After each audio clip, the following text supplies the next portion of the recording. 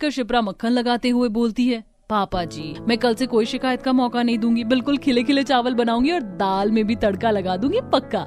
शिप्रा एक टाइम का खाना बनाने में सारे बर्तन गंदे कर देती थी और अपने कपड़े भी देवरानी से धुलवाती। शिप्रा, मेरे ऑफिस के सारे कपड़े गंदे हो गए हैं, आज टाइम निकाल कर धो देना। कार्तिक बाहर कविता कपड़े धो रही है, उसे दे दो, लगे हाथ धो देगी। पर शिप्रा, वो बेचारी पहले ही मम्मी पापा आदर्श तीनों के कपड़े धोती है, मेरे कपड़े तो तुम भी धो सकती हो ना। कार्तिक मैंने नेल पॉलिश लगा लिया वरना धो देती।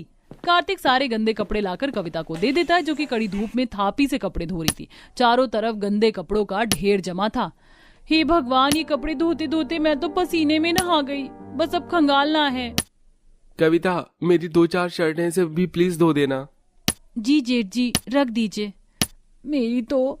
इसी तरह तपती धूप में कविता कपड़े धुलती है, जिससे उसका हाथ लाल पड़ जाता है। फिर एक दिन कल्याणी सब्जी लेकर लौट रही होती है, तभी कांता शोभा टोकती है, अरे कल्याणी बहन, थोड़ा तो अपनी नई नवेली बहू पर तरस खाया करो। 4 दिन नहीं हुए उसे शादी करके आए और तुम लोग उसे चिलचिलाती धूप गर्मी में कपड़े और बर्तन धुलवाती हो सारा दिन। सच में कल्याणी, हलवाइयों से बुरी हालत कर रखी है तुम्हारी बड़ी बहू ने छोटी वाली की। पड़ोसन की बातों को सुनकर कल्याणी सारा माजरा समझ जाती है, जहाँ घर के मर्दाने मुंह चढ़ाकर जला खाना खा रहे थे। भाभी, इस सब्जी में तो खटास आ गई है, जैसे कि बासी हो। और रोटी भी बिल्कुल ठंडी पड़ी है। बहू, तुझे मालूम है ना कि मुझको शुगर है, 2-4 गर्मा गर्म रोटी बनाकर खिलाने में भी तुझको पहाड़ जितना भारी पड़ता है। पापा जी, आपका खाना खाने का टाइम टेबल भी तो दोपहर का है। इतनी चुभती जलती गर्मी में मैं थोड़ी ना चपाती बनाऊंगी किचन में जाकर। खा लीजिए, रोटी मुलायम तो है।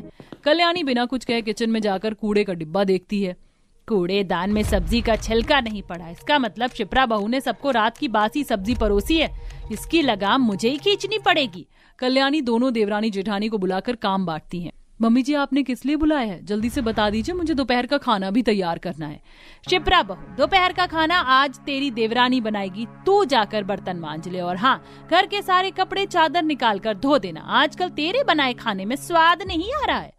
जी मम्मी जी।